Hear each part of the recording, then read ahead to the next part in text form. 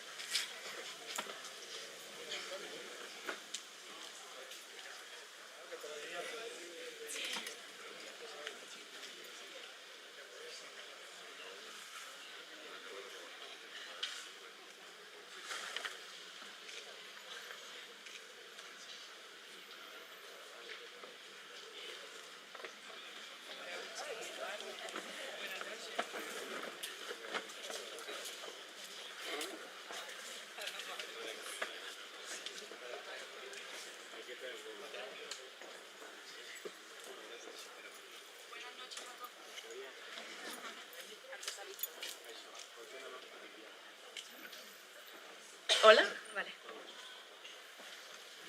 Buenas noches a todos, somos Marta Navarro y Jara Espada y bienvenidos a la tercera charla de Andaluz a cielo abierto. Antes de comenzar nos gustaría hacer una breve introducción sobre Andaluz. Una asociación pionera en Andalucía que nació en 1976, gracias a un grupo de científicos y naturalistas que defendían la naturaleza. Fue una de las primeras asociaciones ecologistas de España. Desde el principio protegimos lugares como Doñana, las marismas del Odiel, la laguna de Fuente de Piedra o Sierra Pelada. Y también ayudamos a salvar al buitre negro, con el estudio más largo del mundo, 39 años seguidos. Andaluz organizó cursos, denunció proyectos que destruían a la naturaleza y colaboró con instituciones muy importantes. Hoy en día formamos parte de la UICN, la Unión Internacional para la Conservación de la Naturaleza. Gracias a eso conseguimos logros como ampliar Doñana o descubrir la colonia de espátulas más al sur de Europa. Incluso recibimos el premio Huelva Junta en el año 2000 por nuestro trabajo. Y hoy seguimos adelante con nuevos proyectos, como es la renaturalización de Torrijos o la defensa de la laguna de la Janda junto a otras asociaciones. Y uno muy especial, la ciudad que camina con ovejas, una transhumancia de 4 días con 2000 ovejas para dar visibilidad al anillo verde y azul de Sevilla. Porque en Andaluz creemos que cuidar la naturaleza no es solo tarea de políticos y asociaciones, es tarea de todos. Y que juntos podemos lograrlo. Andaluz es historia viva del ecologismo andaluz y el futuro también depende de nosotros. Hoy tenemos aquí a Matías Romero, fundador de Roca Aventura Extrema. Matías guía de montaña y barrancos y lleva muchos años organizando viajes y actividades de aventura, tanto en Andalucía como en otros lugares del mundo, como es el Atlas de Marruecos. Además de enseñar a disfrutar de la naturaleza, también se preocupa mucho por la seguridad, cómo preparar bien una ruta, qué llevar en la maleta, qué hacer en caso de emergencia. Y con él vamos a aprender que la aventura no es solo emoción, sino también compromiso y responsabilidad por la naturaleza. Recibamos con un fuerte aplauso a Matías Romero.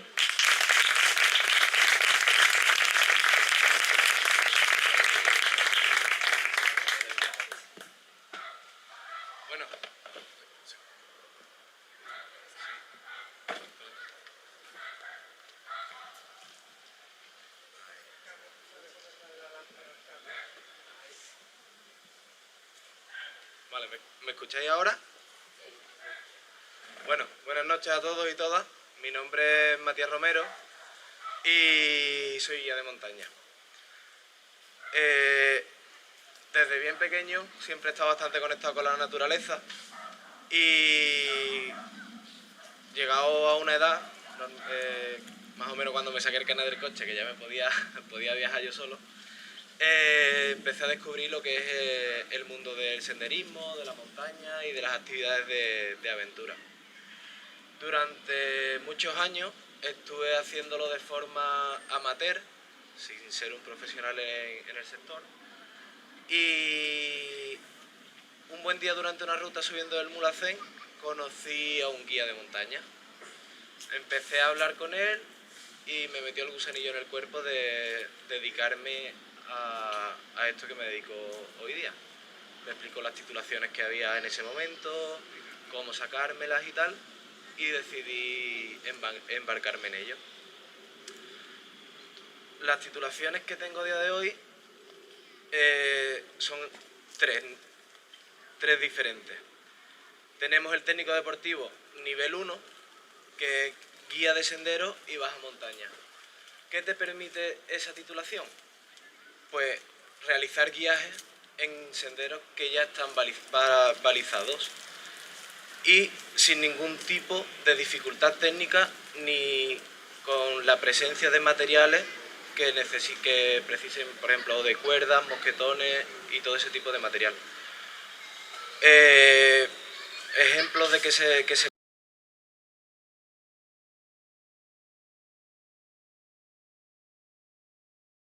puede de esos senderos, de rutas como por ejemplo un corredor verde, los típicos senderos que hay, por ejemplo, en la zona de Aracena, que están todos balizados, y ese tipo de senderos de muy baja dificultad. Si me notáis nervioso es porque lo estoy. Luego, después de sacarme el técnico deportivo nivel 1, me saqué un doble grado que es el nivel 2, pero estoy nervioso. El nivel 2, que ya sí que te capacita para hacer actividades de un nivel y un riesgo más alto, ¿vale? En este caso, al hacer el doble grado, hice media montaña en entornos estivales e invernales y guía de barranco y vías ferratas. ¿Qué es lo que te permite cada titulación? Media montaña sí que ya te permite meter en entornos pues, más estrés, más complicados y un poquito más técnicos. Y luego en la parte invernal la normativa dice que puedes realizar actividades como raquetas de nieve en terrenos nórdicos. Y todo el mundo dice, ¿y un terreno nórdico qué es? Pues no está muy bien estipulado en lo que es la titulación. Lo que yo entiendo por un terreno nórdico es un terreno de nieve donde no vamos a encontrar placas de hielo, donde no vamos a necesitar prácticamente el uso de cuerdas ni de arneses. Nosotros, por ejemplo, como TD2 de media montaña, que le decimos, el uso del arnés prácticamente es nulo. Se nos permite el uso de un arnés de fortuna, por ejemplo. ¿Cómo es un arnés de fortuna? Pues se realiza con unas cintas planas, que normalmente llevamos siempre en la mochila, aunque yo sí que llevo, por ejemplo, mi arnés, porque en un caso de rescate extremo, donde una persona se encuentra en una situación complicada, siempre voy a preferir tener un arnés a un arnés de fortuna. Y se hace con unas cintas planas de un paso que podamos tener una exposición a la caída o ese tipo de situaciones donde a lo mejor una persona se te pueda bloquear. Pasos complicados, por ejemplo, desde el refugio de la Carihuela en Sierra Nevada al refugio de la Cardera hay un paso que le llaman el paso de los guías. es un paso que yo con mi titulación podría hacerlo sin ningún tipo de problema, porque es una cornisa de aproximadamente 50 centímetros con un pasamano de cadena. Lo puedo realizar, pero ¿qué es lo que pasa si uno de mis clientes en ese sitio se me bloquea? Pues ahí sí que entra el usar un arnés de fortuna con una cuerda y te lo puedes poner, por ejemplo, anclado a ti esa persona. Como seguridad es bastante bajo, ¿vale? No te da un nivel de seguridad muy alto, pero sí que entra el factor psicológico para el cliente. Cuando un cliente se bloquea de esa manera y tú estás seguro de ti mismo, le transmite confianza y le pones, aunque sea un cordino de, por ejemplo, suelo usar 8 milímetros con un arnés de fortuna, si hay un accidente y esa persona cae, te va a costar trabajo remontar a esa persona y hacer un rescate como haría, por ejemplo, en barranquismo. Pero psicológicamente esa persona se va a encontrar mucho más seguro y eso es muy importante, o para mí es muy importante a la hora de hacer cualquier tipo de actividad en la montaña, porque cuando empiezan a ponerse con la duda, nerviosos, tal y cual, es cuando llegan los momentos de los accidentes y eso pues siempre se intenta evitar. Y luego tengo el TD2 de barranco y vía ferrata. Esto lo que te permite es guiar en barrancos, todo el mundo sabe lo que es el barranquismo, ¿verdad? Y en vía ferrata. Esta titulación sí que te permite ya hacer un uso de un material más técnico, como son defensores, bloqueadores, el Yumar, por ejemplo, para ascender y un material súper extenso que traigo ahí para enseñaroslo luego. Y también permite hacer rescate. ¿Por qué esta titulación sí que te permite hacer rescate y por qué el técnico deportivo de montaña no te lo permite? Un accidente en montaña, ¿vale? Normalmente lo que más vamos a encontrar son tobillos torcidos o una persona que se ha deslizado por una ladera y se encuentra bloqueada a 20 metros de lo que es el sendero. Ese tipo de situaciones es lo que nos solemos encontrar. Con lo cual, tú te enganchas tu cuerda, haces un anclaje natural, cualquier piedra, cualquier árbol, lo que sea, desciendes hacia la persona de forma segura para no accidentarte tú también y te quedas con ella mientras llegan los equipos de rescate. ¿Qué pasa en barrancos? Principalmente vamos a encontrar agua en la mayoría de los barrancos, aunque hay barrancos secos, la mayoría son acuáticos. ¿Qué es lo que le ocurre a una persona que, por ejemplo, se ha partido una pierna o se ha torcido un tobillo en esa situación y está metido en una poza? Entra ya factores como la hipotermia. Los barrancos normalmente son de agua de deshielo o de manantiales y tienen el agua bastante fría. Por eso siempre, o casi siempre, usamos neopreno. Entra el factor del ahogamiento dentro de un barranco. Una persona que por X motivo haya tenido una fractura de tobillo, que es la más común, fractura de tobillo, fractura de pierna y esguince, son los más comunes en barranco, que está en una poza de 3-4 metros de profundidad, ahí ya se puede ahogar, porque el mismo nerviosismo, el dolor y se junta todo y entonces sí que puede haber riesgo de ahogamiento. Entonces por eso nos permiten hacer rescate. Ahí sí que llevamos poleas para hacer polipactos, llevamos siempre cuerdas auxiliares, llevamos cintas planas y un sinfín bastante grande de material para, depende qué situación, pues poder asistir a esa persona. Y luego en vía ferrata también nos permiten hacer rescate, por eso esos dos guías en ese dos tipos de actividades que son totalmente diferentes te lo permiten. En vía ferrata normalmente lo que siempre nos vamos a encontrar, los accidentes más comunes, son caídas de piedra que te puedan golpear, te golpean una mano, te golpean en el brazo, lo que sea, ya no puedes seguir ascendiendo por la vía ferrata. Entonces necesitas bajar esa persona. Y luego podemos encontrarnos caídas.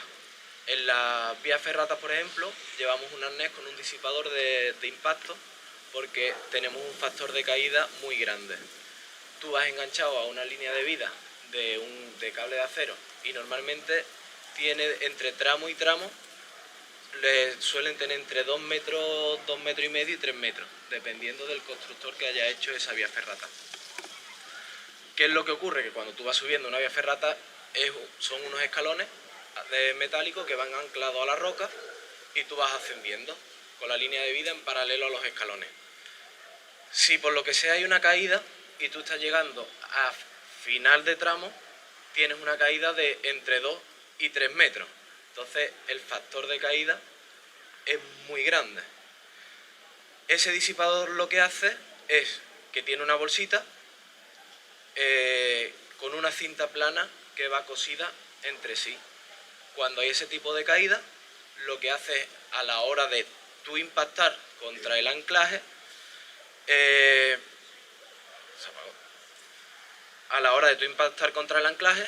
esa costura de la cinta va soltando poco a poco y va reduciendo el impacto para no tener luego problemas de espalda o reducir la probabilidad de tener problemas de espalda.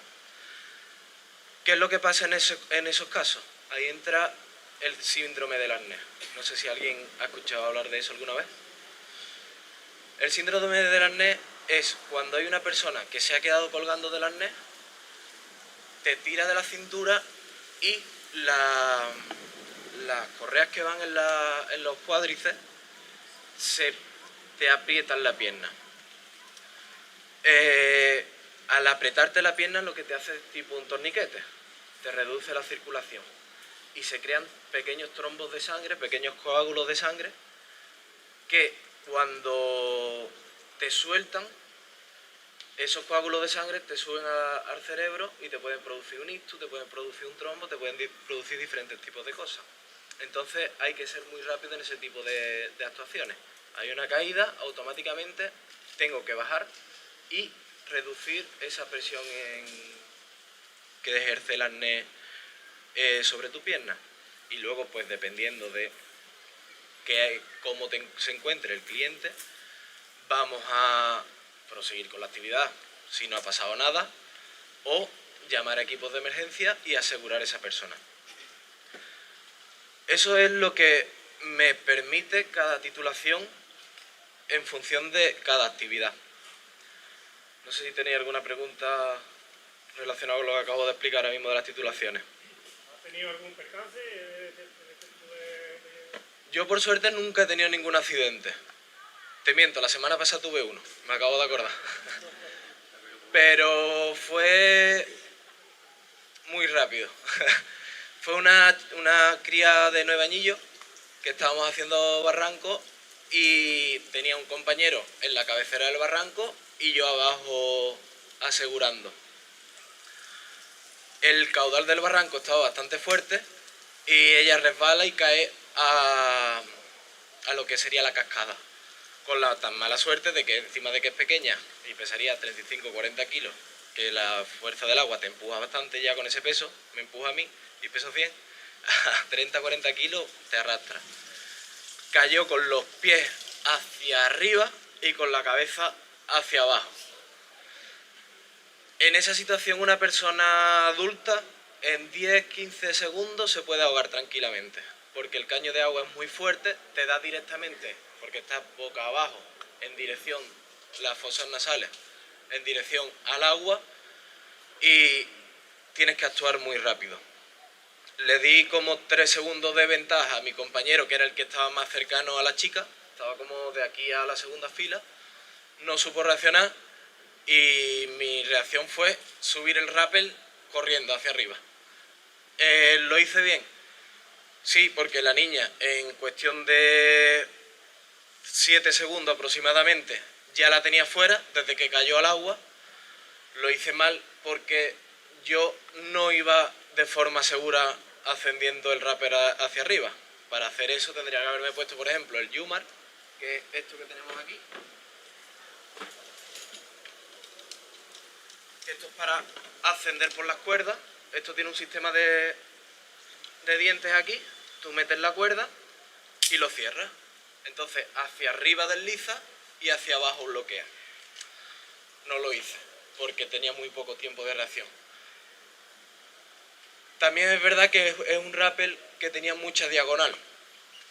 Y conociendo mis capacidades técnicas y físicas, sabía que lo iba a poder realizar sin ningún tipo de problema. Una vez que subí, lo primero que hice fue sacar a la chica y asegurarme yo con mi descensor. En total el rescate pues pudo durar unos 25 segundos. Si dura un poquito más, pues puedes tener un problema con esa persona porque se te ahogue o por lo que sea. Ha sido el único problema que yo he tenido. Luego sí que es verdad que me he encontrado muchos accidentes en montaña. En el Mulhacén me he encontrado a gente que ha subido con zapatillas de running, con una botella de medio litro de agua y un paquete de frutos secos, con la intención de subir al Mulhacén desde la Hoya de la Mora y bajar en el mismo día. Os puedo decir que esa actividad, haciendo también el Veleta, que es un desvío súper pequeño, te hablo de a lo mejor 1 kilómetro más, esa actividad son 28 kilómetros y en torno a los 2.600, 2.700 metros de desnivel positivo. Se te hace largo. Y hacerlo con medio litro de agua y un paquete de frutos secos no es una opción. Nunca será una opción para ese tipo de actividad. Y sí que tuvimos que llamar al helicóptero para que se llevaran a la chica y a su pareja. Luego en Marruecos también vi un accidente de una mujer italiana, que una caída súper tonta, típico culazo que apoyan las manos y se reventó la muñeca. Pues nada, saqué las vendas, aunque no era clienta mía, le asistí, saqué la venda, tal y cual, y para abajo, hasta el pueblo, porque allí no hay equipos de rescate, por ejemplo. Allí, en el punto donde tuvo ella el accidente, fue llegando a Cumbre, y estamos hablando de que la subida del refugio a Cumbre tiene 4,5 kilómetros, 5 kilómetros, y acumulas en ese kilometraje unos 1.100 metros positivos. Es una cuesta arriba de en torno al 25-26% de desnivel. Entonces, en esa situación, esa mujer tiene que salir ella sola por su propio pie con la ayuda de su guía. Una vez que baja al refugio, sí que están las mulas, la subieron a una mula y la bajaron hasta el pueblo, y en el pueblo ya vino una ambulancia por ella. Ese es uno de los principales problemas que tiene Marruecos para este tipo de actividades, que no hay equipo de rescate. Y luego, pues sí, me he encontrado accidentes de montaña. Los que más me he encontrado ha sido por propia negligencia del montañero, siempre. Más que accidentes de caer una roca y partirte una pierna o que se te ahogue a alguien, siempre va a ser por negligencia. En un 90% de los casos, diría. De hecho, el porcentaje más alto de accidentes en montaña, aun teniendo alpinismo, escalada en hielo, escalada, vía ferrata, barranquismo, con todas las actividades que hay, el 80-90% de los accidentes ocurren haciendo senderismo. Y la gente dice lo típico de: yo no voy a contratar a un guía para hacer un sendero de 10 kilómetros. Vale, me parece estupendo, pero organízatelo bien, porque la mayoría de gente no va preparada. Yo me subió la Maroma, por ejemplo, en Málaga, que es un piquillo de 2.067 metros, creo que tiene, que fue una semana previa a esto. Fui buscando nieve durante 2 semanas porque sabía que iba a nevar, y la semana previa a esta foto, ahí teníamos una sensación térmica a 2.000 metros de casi menos 17 grados. Me encontré subiendo una mujer que iba en malla, zapatillas de running, la típica mochila que tiene las asas de cuerda y con una botellita de agua. Y ahí pues entra un poco el: ¿le digo algo? ¿No le digo algo? Y ese día pues me decidí a hacerlo y aprendí que no debo de decirlo. ¿Por qué? Porque se lo dije y me dice: yo llevo 20 años viniendo aquí a esta montaña y nunca me ha pasado nada, y aquí no ha nevado nunca. Y le dije, señora, el año pasado nevó. Eso no, yo no me lo creo. Digo, vale. A la semana siguiente, menos 17 grados. Si ese día se hubiera cerrado el día como estaba previsto por la previsión meteorológica, de hecho yo iba con todo mi equipo, mis crampones, piolés, bastones, lo llevaba todo, esa mujer hubiera tenido ahí un problema súper grave. Muy, muy grave. Primero, puedes llamar a los equipos de emergencia, pero si se te cierra el día, aquí a 1 metro, 1,5 metros de distancia, ya no ves absolutamente nada. En 1 metro, 1,5 metros. No llevas ropa de abrigo, ni pantalones en condiciones, ni un polar bueno, ni chaqueta, nada. En 2 horas, a esa temperatura, si se ha cerrado el día, en 2 horas o menos, hipotermia. Y luego no llevas GPS, no llevas brújula, no llevas mapa, muy complicado orientarse. Yo, por ejemplo, este día lo hice a conciencia, sabía lo que iba, me conocía la ruta porque me la había subido ya 20 veces ese pico, iba con el GPS porque no podía guiarme por nada. O sea, una vez que la ruta llega a una zona de acantilado, ya sale de lo que es la media montaña a alta montaña, no ves absolutamente nada. Entonces te vas guiando por la geolocalización, porque sale el puntito en el GPS, si no, no te puedes guiar de ninguna otra manera. ¿Por qué lo hice? Pues porque conozco la ruta muy bien, conozco mis capacidades técnicas, conozco mis capacidades físicas y cuando te dedicas profesionalmente a esto, pues también busca tu puntito de adrenalina, ¿sabes? Y esos son los accidentes más así que he visto y los motivos de accidentes que suelen ocurrir.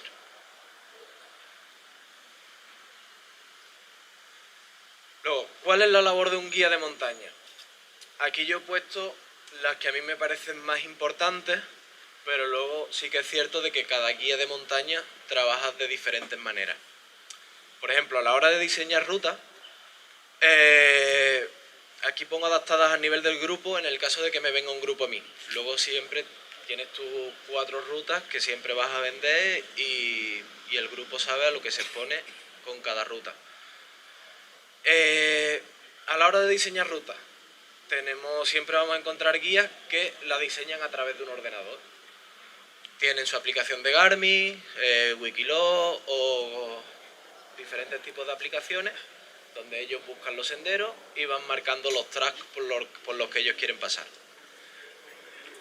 Tienen al grupo y se van de primeras a hacer la ruta que has creado en un ordenador. Normalmente sale bien, pero también tienes la opción de que no te salga bien. A mí personalmente me gusta diseñar las rutas en el terreno. Por ejemplo, la ruta del Toubkal, que es el pico más alto del norte de África, está en Marruecos. Yo antes de empezar a vender esa ruta, me fui allí y la hice yo por mi propio pie. ¿Qué es lo que te da eso? Pues que conoces el terreno, conoces el tipo de roca, si es una roca que resbala, ves dónde, por ejemplo, puede acumularse placas de hielo, dónde puede acumularse nieve, las temperaturas. Entonces, de esa forma tienes mucha más información que creando una ruta que con el ordenador, que es mucho más sencillo crearlo con el ordenador, pero te falta mucha información que para mí es muy importante. Por eso yo siempre recomendaré, y lo haré, ir al terreno, explorarlo y luego venderlo. Siempre lo hago. Luego, garantiza la seguridad y aplica primeros auxilios si es necesario. Yo como guía siempre llevo un botiquín que está bastante completo.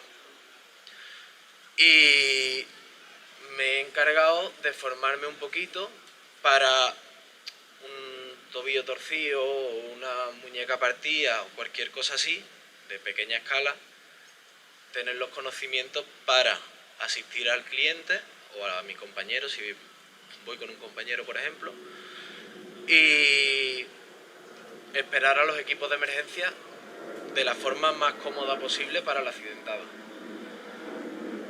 Para vosotros, os recomiendo siempre que llevéis en el botiquín todo lo que sepáis usar. No necesitáis nada que no sepáis usar. porque podéis empeorar aún más la situación. Y luego, garantiza la seguridad. Pues es un poco de lo que he hablado antes, ¿no? Transmitirle confianza a las personas para que se relajen y reducir la probabilidad de accidentes.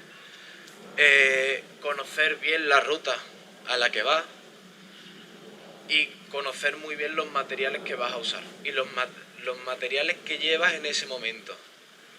Yo puedo tener todo este material, pero yo a una ruta que conozco, que lo único que tengo es un paso complicado, pues a lo mejor me llevo 2 cintas planas, 30 metros de cordino y 3 mosquetones. Y en todo momento sé que llevo la cuerda preparada en la mochila simplemente para tirar de la punta y ya se me desenreda entera. Sé dónde llevo exactamente cada mosquetón y de qué tipo son, si son de acero, si son de aluminio. Y mis cintas planas siempre anudadas de X manera y puestas en X sitio en la mochila, siempre en el mismo sitio para tener el acceso lo más rápido posible a ese material. Mira, ¿por qué no nos habla un poco de rutas que tengan para los chavales? Bueno, estudiar veleta, por aquí cerca, ¿no? Por aquí cerca, lo más bonito así que podemos tener y para sumergirte en lo que es la montaña, el Pico de la Maroma. La zona aquella de Málaga es muy bonita.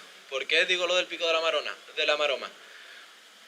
Porque es una montaña que con solo 2000 metros te da en la vegetación de baja montaña, porque empiezas en un bosque de pinos de resina, una plantación de pinos de resina y un bosque bastante cerrado. Y perfectamente ves cómo va subiendo y empieza un bosque de lo que sería media montaña, más arbustos, árboles más pequeños y zonas mucho menos densas que en el inicio de la ruta. Y luego llegas a un pequeño collado y se termina la vegetación y entras en lo que sería alta montaña. Y es una ruta que me gusta mucho para hacerla con la gente por eso, ¿no? Porque ves muy bien las capas, por ejemplo, de vegetación en la montaña. Luego tenemos toda la parte de Sierra Nevada. Sierra Nevada, Veleta, Mulhacén. Mulhacén, por ejemplo, yo lo suelo hacer desde la Hoya de la Mora. Pero también está la opción desde la Alpujarra Granadina, que es espectacular. Desde el Refugio del Poqueira, por ejemplo, desde Capileira. Hay diferentes tipos de rutas. Y luego por aquí pues tenemos toda la Sierra de Aracena y Sierra Norte de Sevilla, que hay un montón de senderos también. Lo que pasa que eso sí que es más para invierno. Sierra Nevada, por ejemplo, no vale para invierno sin un nivel técnico, pero la zona que tenemos aquí sí que en invierno se pone muy bonita y muy verde. No sé si quieres saber algo más sobre los senderos de aquí o algo. Sí, bueno, y la Sierra Norte, ¿no? La Sierra de Cádiz, toda esta zona. Efectivamente. Grazalema, el bosque, Benoján, toda aquella zona es muy bonita. Lo que... Estamos rodeados también de Días Verdes, ¿no? También, Efectivamente.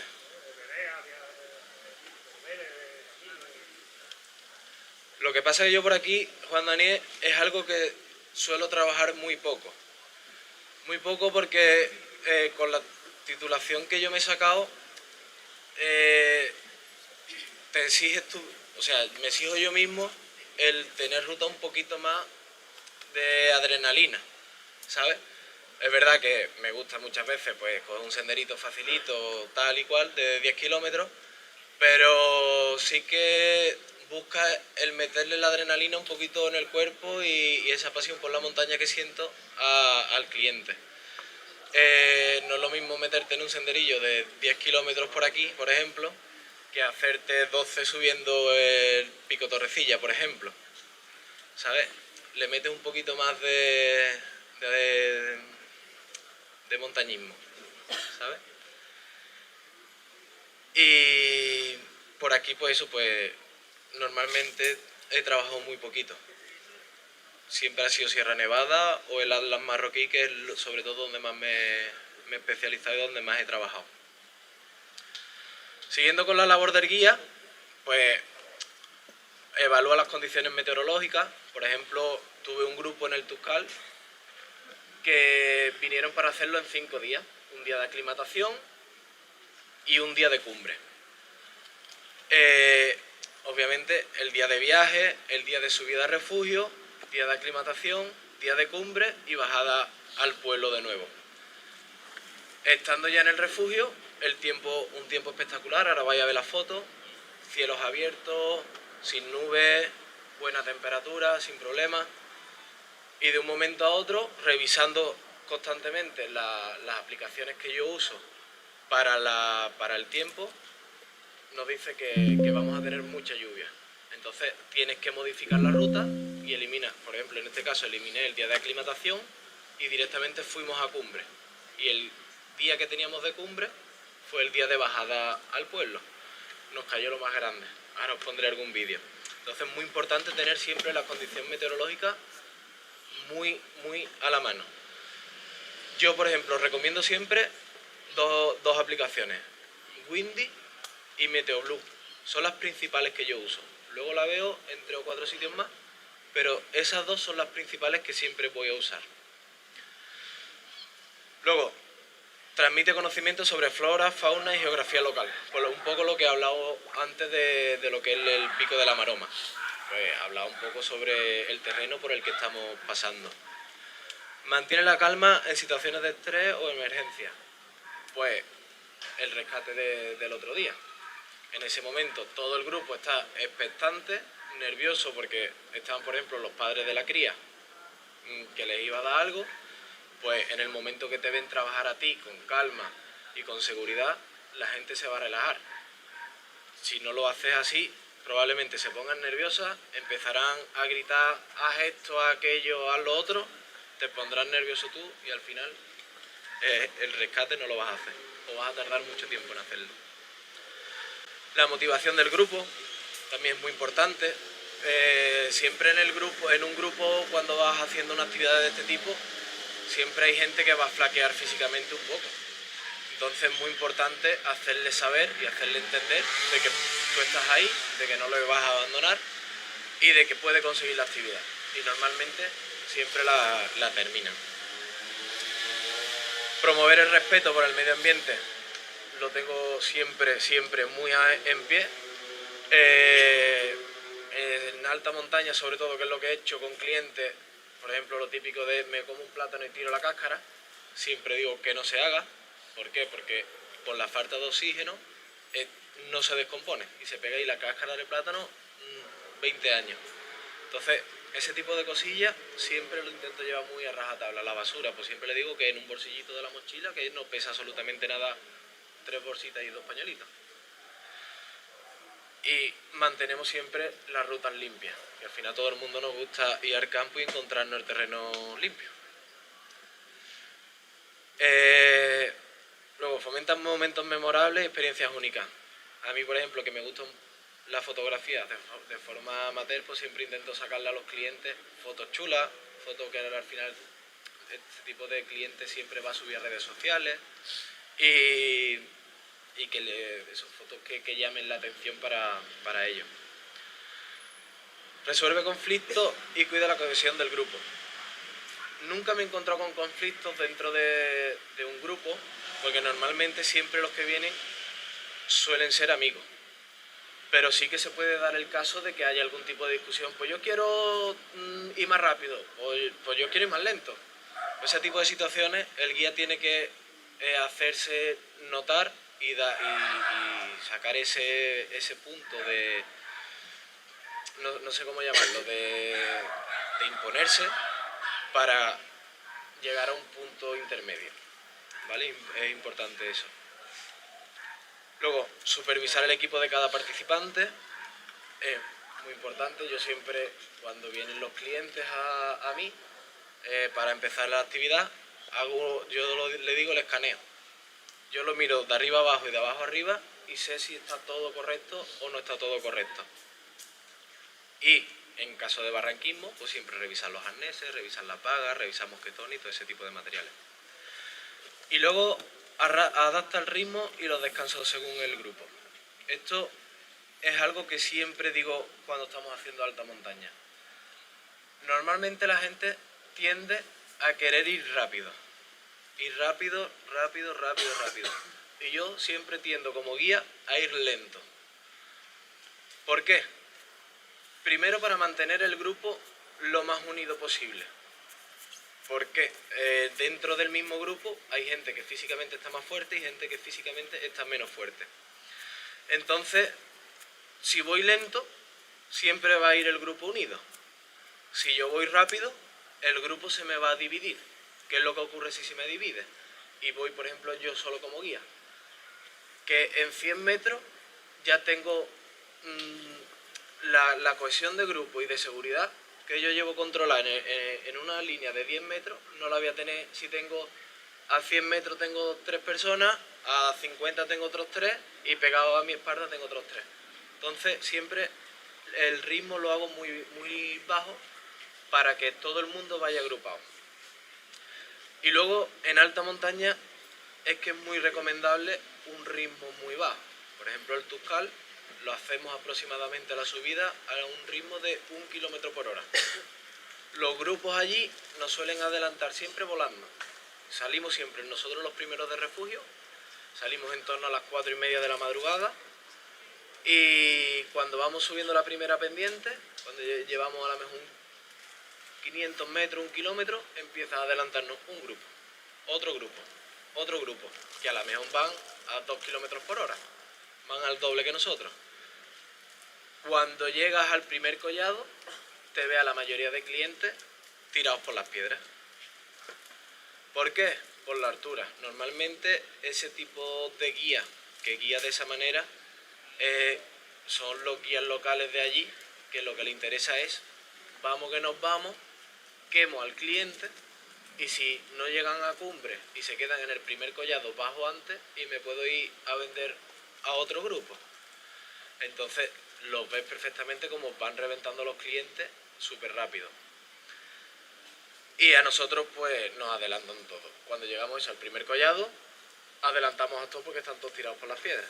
O sentados, o tumbados, o de aquella manera, o dándose la vuelta incluso. Y al hacerlo lento, te asegura de que el margen de posibilidad de que el grupo entero haga cumbre aumente muchísimo. Porque no los desgastas físicamente tan rápido. Y más o menos pues eso es la labor que yo hago como guía. No sé si tenéis alguna pregunta sobre algún aspecto más que haga un guía a la hora de planificar o algo. ¿Nada? Y ahora quería hablar un poco, sobre todo a los más jóvenes, que tendrán menos experiencia a la hora de hacer montaña, cómo preparar una ruta correctamente de forma no profesional, de forma amateur. Por allí detrás están los chicos que hicieron el otro día el veleta, ¿verdad? Me gustaría que me contarais un poco cómo organizasteis la ruta. A ver, yo busqué Wikiloc. Hicimos veleta y mulacén, hicimos los dos. Veleta y mulacén. Claro, durmiendo en medio en refugios. En la caldera. Sí. Y nada, la hicimos pensando en salir temprano, hacer veleta rápido para llegar al refugio y que hubiese sitio. Pero no había, así que tuvimos que hacer IVAC. Y nada, al día siguiente por la mañana temprano hicimos mulacén, pero lo preparamos pensando en eso, dormir en refugio, sacábamos saco, esterilla y comida para 2 días. Ajá. Más o menos, un bocadillo. 4 litros de agua más o menos. Claro. 4 litros por cabeza o por No.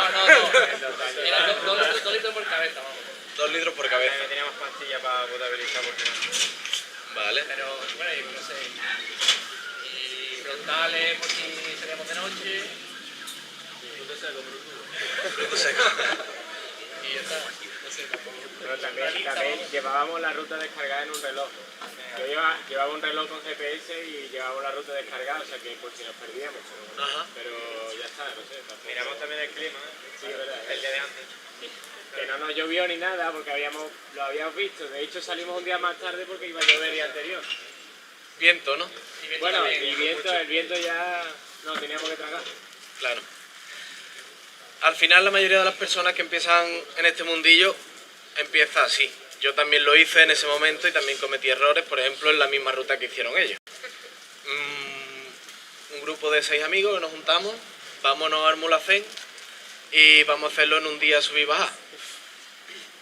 Agua llevábamos la justa, comida llevábamos la justa y en el refugio de la Cardera, antes de subir a cumbre, ya nos habíamos quedado la mayoría sin agua. Lo pasamos bastante malamente. Entonces, os querría enseñar la forma, desde el punto de vista profesional, más óptima para que hagáis este tipo de actividades. ¿Vale? Investiga la ruta, por ejemplo, como habéis hecho vosotros con Wikiloc. Aún llevando la ruta en el reloj, ¿vale? Os recomendaría llevar los mapas offline descargados en el móvil. Eso te lo da Wikiloc, por ejemplo, por una suscripción anual de 10 euros. Que si sois un grupo de colegas lo podéis pagar entre todos y podéis descargar los mapas por si os quedáis sin cobertura. ¿Cuál es el problema del móvil y del reloj? Que te puedes quedar sin batería.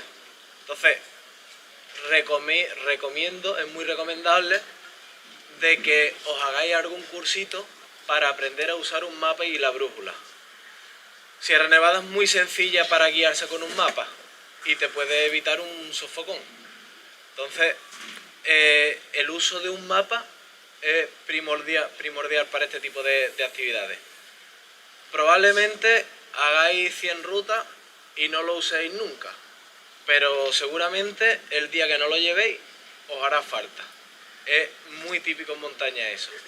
Por eso siempre dicen que es mejor tenerlo y no usarlo que necesitarlo y no tenerlo en montaña. Luego, consulta el clima. Por si os queréis apuntar, como he dicho antes, yo siempre uso Windy como principal. ¿Por qué? Porque tiene un radar en tiempo real, que tú le vas pulsando las horas y más o menos te vas haciendo una idea de cómo te van entrando las nubes, cómo te van a ir viniendo las precipitaciones y los vientos. Por ejemplo, el otro día, con 80 km por hora, yo me hubiera dado la vuelta en el Veleta, porque eso es una barbaridad de viento en montaña. Eso hace que caigan piedras, incluso te puede llegar a tirar en algunos pasos que estén expuestos, que en este caso no los tenéis, pues podéis evitar el paso de los guías. Pero como recomendación, por encima de 50-60 km por hora de viento, daos la vuelta por vuestra seguridad.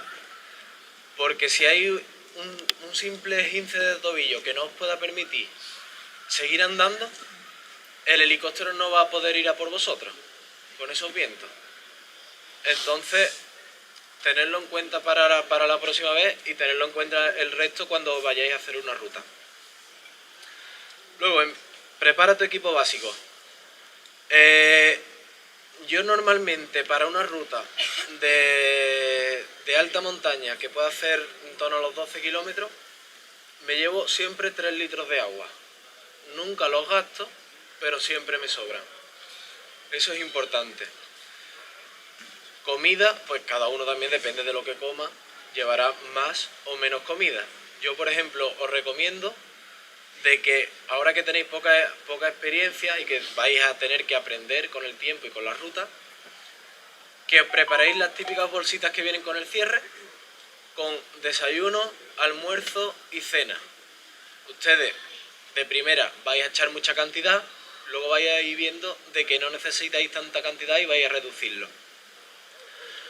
Luego, el tema de la ropa. Ahora mismo, para empezar, a equiparse con Decathlon, normalmente la gente se apaña bastante bien. Luego, por ejemplo, si ya os queréis meter en hacer rutas invernales, con nieve, con hielo y tal y cual, sí que necesitaréis un tipo de material más específico y que se compra en otros sitios diferentes. También económicamente va a suponer una inversión. Pero ¿qué pasa con ese tipo de inversión? Yo, por ejemplo, ahí tengo 3 tipos de sacos diferentes que he traído para que lo veáis. Uno de 25 euros, uno de en torno a los 130 o 140 y uno que cuesta 600 euros el saco. ¿Por qué hago ese tipo de inversión en ese tipo de material? Cuando te metes en una ruta van a rondar por la noche entre -10, -15 grados, aunque duermas en refugio, vas a querer llevar un saco de estos, o deberías de querer llevar un saco de estos para en caso de accidente. Este tipo de saco te puede salvar la vida en la nieve. Tienes una torcedura de tobillo, estás solo, se te ha metido una tormenta de nieve y tienes que dormir haciendo un bivac. Con este saco haces un pequeño agujero en la nieve, con la pala, que siempre la tenéis que llevar, echas el aislante térmico, que es el plateado que tenéis aquí en esta mochila. Pones el saco arriba y te metes, y puedes pasar perfectamente 12, 14 horas ahí metido, que vas a mantener tu calor corporal. No te va a entrar hipotermia. Con el saco de 125 o de 25 euros, probablemente cuando lleguen los equipos de rescate, tengáis ya o hipotermia o algo peor. Frontal. También recomiendo siempre llevar un frontal de calidad con pilas extra. Por lo mismo, por lo que decís vosotros. Si se os hace de noche o se os mete niebla o lo que sea y necesitáis usarlo, que sea un frontal potente y que no os vaya a dejar tirado, sobre todo por el frío. El frío, los aparatos electrónicos, las baterías sobre todo, les afecta un montón. Entonces, si no es un frontal que venga preparado para ese tipo de temperatura, probablemente os deje de funcionar. El botiquín, pues como comenté antes, necesitáis llevar en el botiquín lo que sabéis usar. Simplemente ahí no me voy a meter en nada más. Y luego el móvil con una batería extra, para en caso de emergencia y para guiaros y tal. Luego, la planificación de tiempos y descansos, importante, descansar durante la ruta. Vais andando, hacéis 5 o 6 kilómetros en alta montaña, os pegáis vuestros descansitos, bebéis agua, coméis una barrita, os coméis un plátano y seguís. Informar a alguien. Yo, por ejemplo, sobre todo cuando hago barranquismo, que normalmente no tengo cobertura durante la actividad y normalmente tampoco en los parkings donde se suelen dejar los coches, siempre aviso a otros compañeros barranquistas y le digo: oye, Tomás, en este caso, un amigo, voy a entrar a las 9 al barranco y estipulo que voy a tardar 3 horas. Dame 2 horas de tregua y si en esas 2 horas de tregua no te he avisado, te preocupas y empiezas a estar pendiente del móvil, pendiente de todo un poco. Pasadas esas 2 horas,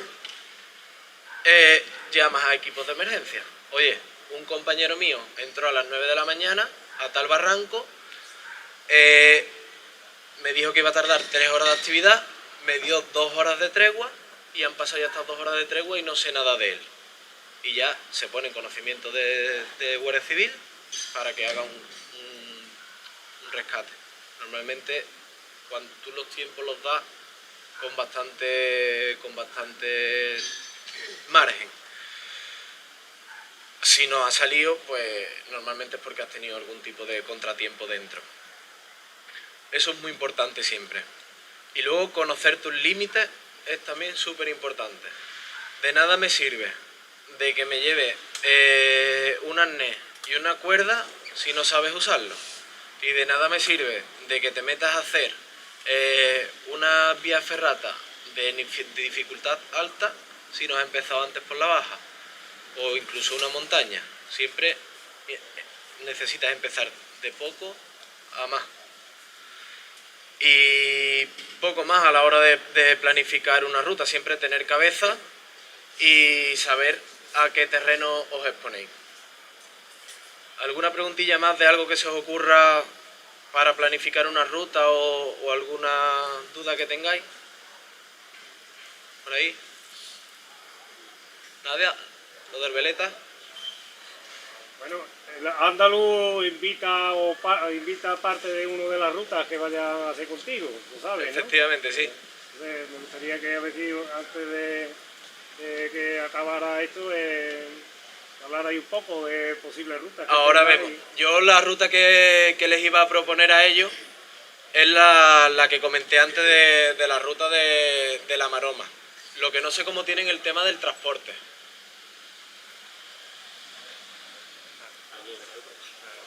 Hay coche, bien. Tenéis coche para hacerla, ¿vale?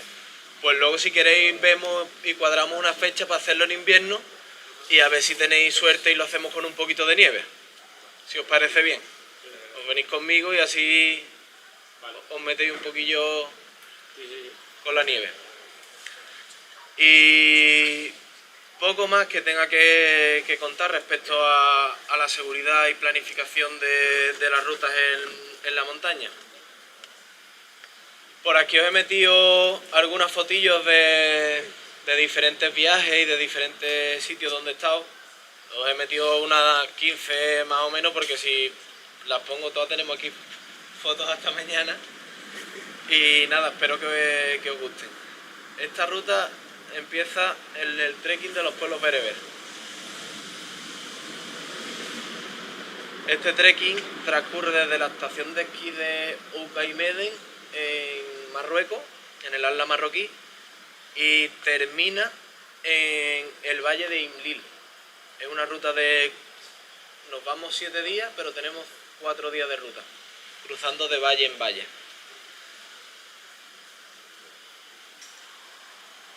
Si paso rápido me lo decís, ¿eh? Ahí, por ejemplo, dormimos en pueblecitos que en Google Maps ni siquiera salen nombres. Y normalmente son casas que la han hecho albergue y la tienen un poquito adaptada para este tipo de turismo. Pero comodidades la verdad que las gusta.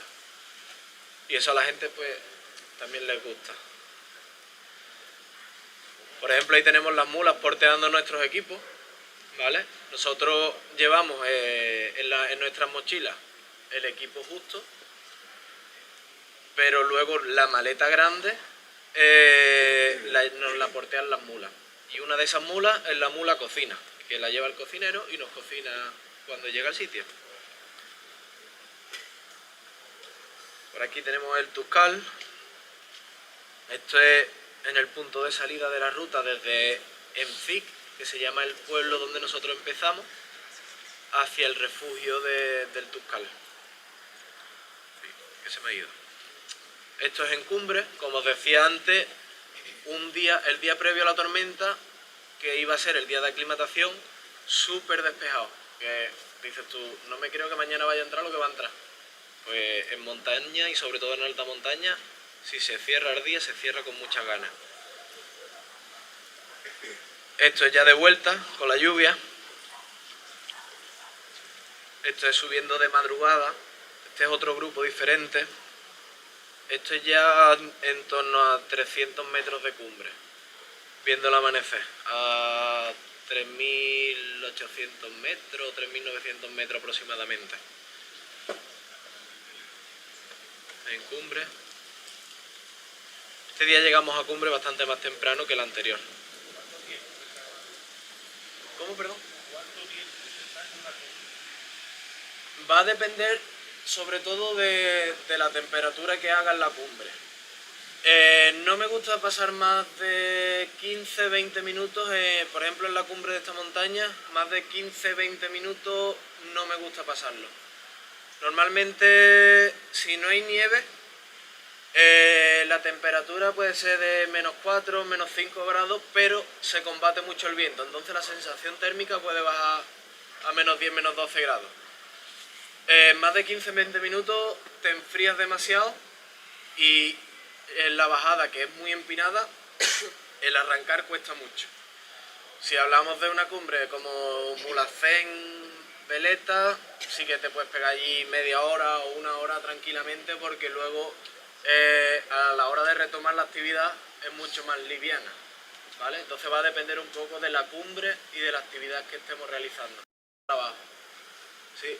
Normalmente llegamos a cumbre, hacemos las fotos de rigor, la gente disfruta un poco de las vistas y ya se empiezan a sentar a comer eso y yo es, vámonos para abajo, que ahora en 15 minutos bajando hay un sitio resguardado del viento que la temperatura aumenta bastante y vamos a comer más tranquilo y no os vais a enfriar tanto. Pero eso, es variable según cumbre, temperatura y la situación. Este es el otro grupillo que acabáis de ver en cumbre. El chico que tenéis allí es Ibrahim, que es el guía con el que yo siempre trabajo en Marruecos, porque para subir al Toubkal y toda aquella zona necesitas llevar un guía local, es una ley que tienen allí, y es el chico que siempre nos acompaña. Esta cumbre está muy cerquita del Toubkal, creo que tiene 3.900 metros, y como curiosidad, no sé si lo veis aquí en el centro, eso es un motor de un avión. Y diréis, ¿cómo ha llegado un motor de un avión ahí? Pues fue creo que en los años 70 o los años 80 que se estrelló un avión y justo dejó el motor incrustado en la roca de la montaña. Y en la ladera por la que se baja están todas las demás piezas del avión. Por aquí tengo otras actividades que he hecho, son las mínimas que he trabajado, pues me he especializado más en lo que me gusta, que es la alta montaña, pero esto también lo trabajo bastante. Por aquí tenemos un trekking acuático que hacemos aquí en Sevilla, que eso lo hizo ella. Esto, por ejemplo, el nivel físico exigido para esta actividad es bastante bajo. Senderismo nocturno, esto era en Cortelazor.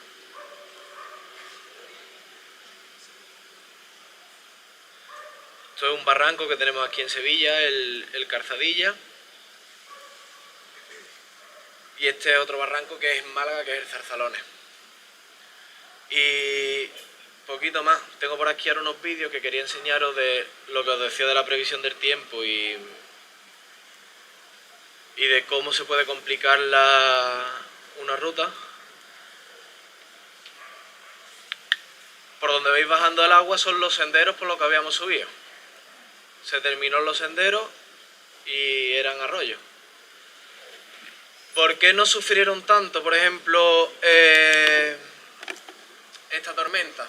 Pues porque previamente a este tipo de actividades yo les hago una planificación de materiales que yo recomiendo para hacerlo, de un coste bajo, medio y alto. Ya eso cada uno, pues depende del bolsillo de cada uno, se puede permitir una cosa u otra. Ellos, por ejemplo, que era Juanlu, el hermano de Sofía, que son los que vinieron, se dejaron guiar bastante y aun cayéndonos el tormentón que nos cayó, no se mojaron ninguno. Entonces, si no te mojas, ahí ya la sensación de aventura te la llevas por las nubes, porque no lo sufres.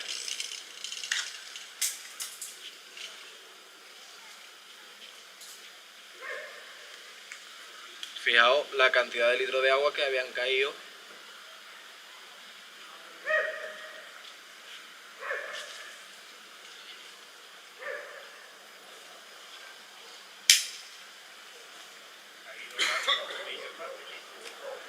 Es bastante fácil, sobre todo si no llevas un calzado correcto para ese tipo de actividad.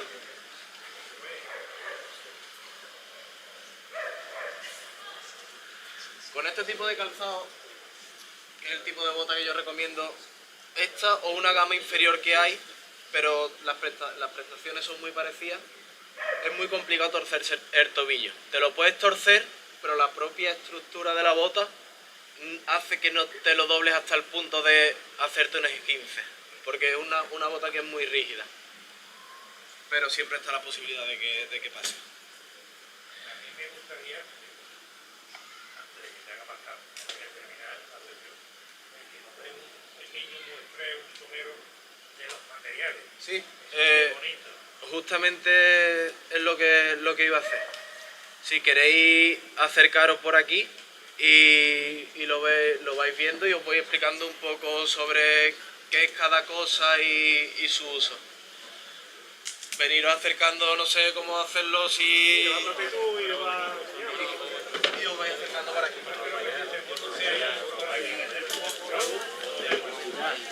El foco ponemos...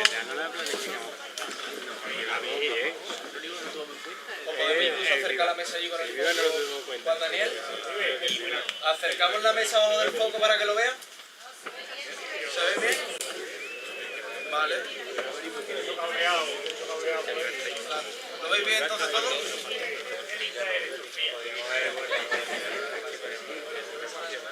Bueno, principalmente para este tipo de actividades, un casco de calidad. Esto sí que no os diría que escatimarais en gasto. Si os tenéis que gastar 75, 80 o 100 euros en un casco, gastároslo si tenéis pensado, sobre todo los más jóvenes, hacer vías ferratas, escaladas o barranquismo, siempre que el casco sea de la mayor calidad posible. Caen muchas piedras, aunque parezca mentira, es algo que suele pasar. Yo tengo historia de que me ha caído una piedra así de grande aquí a 1 metro de distancia. Entonces, el casco siempre de la mejor calidad posible. Si queréis pasároslo por ahí. Este, por ejemplo, en este caso, la placa verde que tiene un sistema que absorbe los golpes, ¿vale? Como si tuviera dentro como unos muellecitos muy pequeñitos y absorbe los golpes. Luego, bastones. Pues bastones tenemos de diferentes precios y de diferentes calidades. De 5, 15 o los míos que salen a 75 euros la pared. No, se desmontan también. Lo que pasa es que lleva un sistema de rosca interna y se cierran completamente.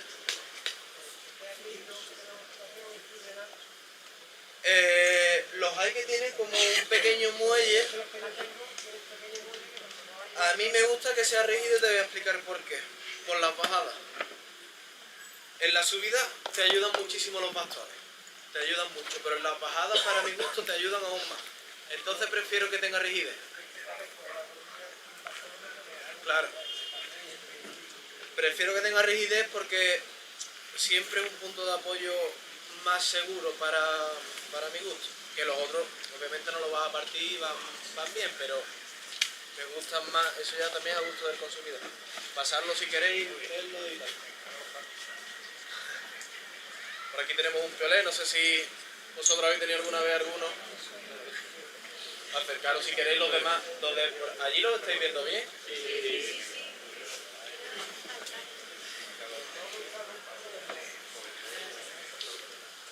Luego por aquí tenemos pantalones de Gore-Tex para la nieve. No es a la hora de hacer alpinismo o actividades en nieve, lo que a todo el mundo se le viene a la mente es un pantalón gordo. Y es todo lo contrario, es un pantalón que tiene un textil súper fino, pero lo acompaña dentro con unas mallas térmicas, ¿vale? Tanto el pantalón como la chaqueta esta es de ese tipo de tejido. Un tejido que te cae la lluvia, te cae la nieve y no te moja, pero sí que transpira mucho. ¿Qué peso lleva, por ejemplo,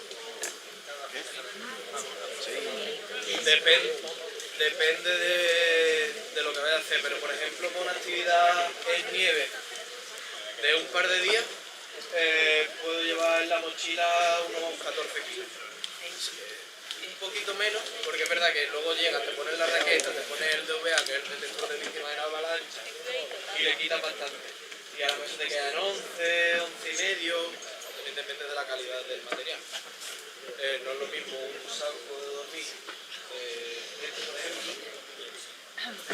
que puede pesar en torno a los kilos 700, que este, siendo para menos de 18 grados, pesa 1,2 kg. ¿Sabes? Depende un poco de la calidad del material. El bastón este no pesa lo mismo que este.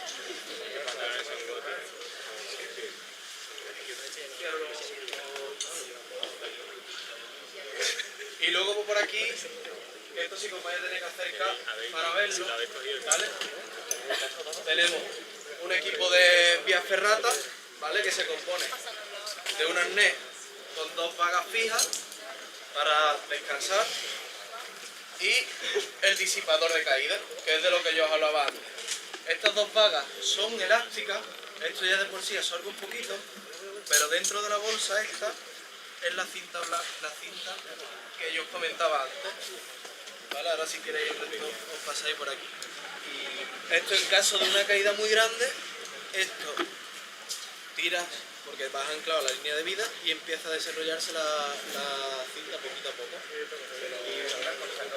Pero para el caso de las caídas, para evitar problemas de... No llevo estribo porque lo que suelo llevar siempre es un cordino. Lo usas como estribo.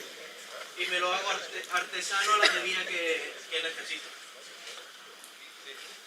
Un cordino con el mosquetón y se hace la misma función, con la diferencia de que si necesitas un cordino lo desmontas el nudo y lo puedes usar para otra cosa.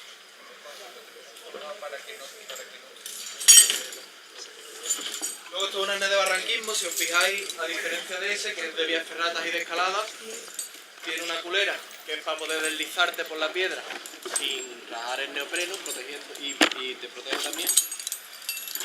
Y luego esta zona es mucho más ancha. En el barranquismo se desciende y en vías ferratas y escalada se sube. Entonces todo el peso a la hora de descender cae sobre tus lumbares, tu zona de lumbar. Entonces por esto este arnés viene más acolchado y más ancho. Este ahora mismo pesa poquito porque no lo tengo metido todos los hierros. Pero sí, suelen pesar. Y a eso le suma la mochila con 15 kilos. esa mochila pesa más. Porque ahí llevan la cuerda ensacada y la cuerda cuando absorbe el agua sube mucho los kilos de la mochila. Pero bueno, se llevan bien. Y luego por aquí pues tenéis diferentes tipos de calzado. Tenemos una bota de barranquismo que esta la habréis visto quizás poco. ¿Vale? Una bota que viene con una suela que está preparada para que deslice lo mínimo posible en superficies mojadas. Trae también un montón de agujeros, tanto por aquí por fuera como por el interior, y aparte trae otros dos chapitas aquí, que esos son todo desagüe. Te metes con tu calcetín de neopreno en el agua, cuando sacas el pie del agua, te ves por todos los agujeritos salir el agua de la bota. Típica bota de senderismo, ¿vale? Yo en este caso pues me gusta usar escarpa por la forma de mi pie, me resulta más cómodo que otras marcas y dura bastante. Típica bota que suela flexible, con acolchado por aquí para los impactos de las piedras y es más tipo botín. Tenemos por aquí también unos zapatos de aproximación que se le llama, que si os fijáis aquí, no sé si lo vais a ver, esto es para un terreno un poquito más técnico y se suele usar para las aproximaciones a donde empieza el sendero de la cumbre, por ejemplo. Ya esta suela es mucho más rígida y tiene aquí una zona que se le llama la clipping zone, ¿vale? Por si tienes que hacer algún paso de escalada, tiene una zona preparada para la escalada, ¿vale? Más resistente, sí. Y luego pues ya por aquí tenemos lo que sería una bota de... Esto es una bota semirrígida, no es del todo para hacer por ejemplo una escalada en hielo, aunque sí que te puede permitir X vías, pero no para una dificultad de alpinismo muy elevada.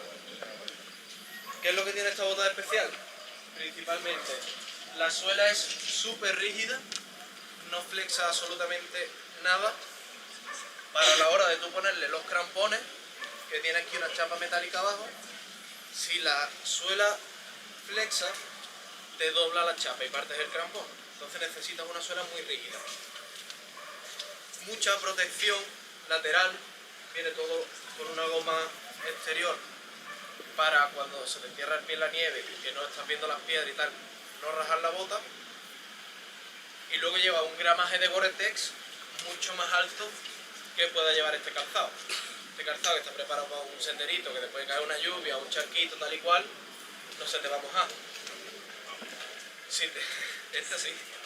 Si te metes con esta bota en la nieve, probablemente cuando lleves 2 horas tengas el pie mojado.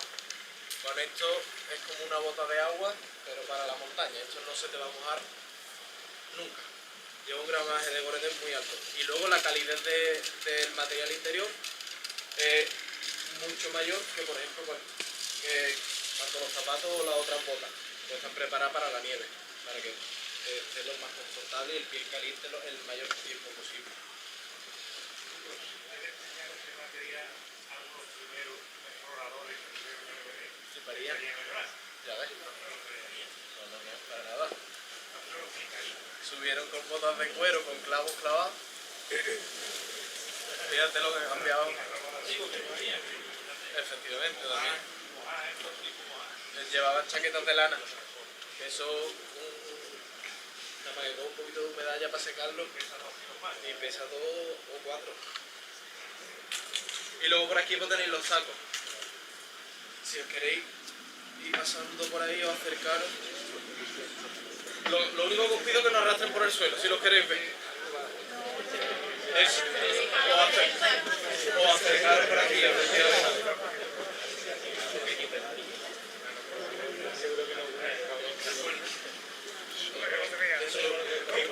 Eso es muy complicado, sí.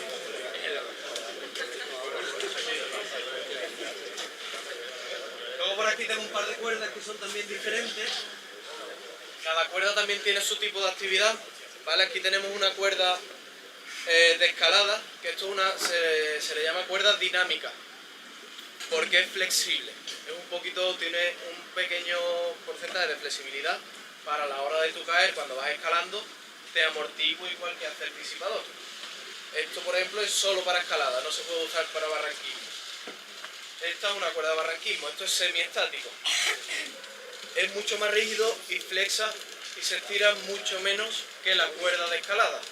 Porque tú ahí esta cuerda no va a recibir ningún impacto de caída, porque tú siempre vas descendiendo, rapelando, pero sí que no te interesa que amortigüe en la bajada porque te dificultaría mucho la bajada. Y es una cuerda también que viene preparada para el agua. Esta cuerda, por ejemplo, si tú la mojas, la secas, la metes en barro y la tratas mal durante 2 meses, la tienes que tirar. Esta te da muchísimo más juego. Y ya está, ya por aquí no tengo mucho más que enseñaros, algo de material que hay por aquí, pero esto si queréis ir acercando y ya veis también los sacos y os explico cuáles son cada uno. Y poco más.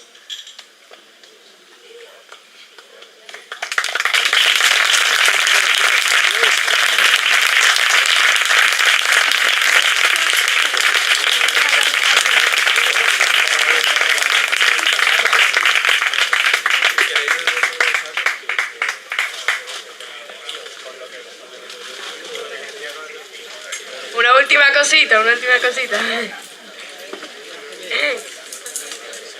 Por último queríamos agradecerle a Matías su existencia hoy, la charla tan encantadora y queremos darle un regalito.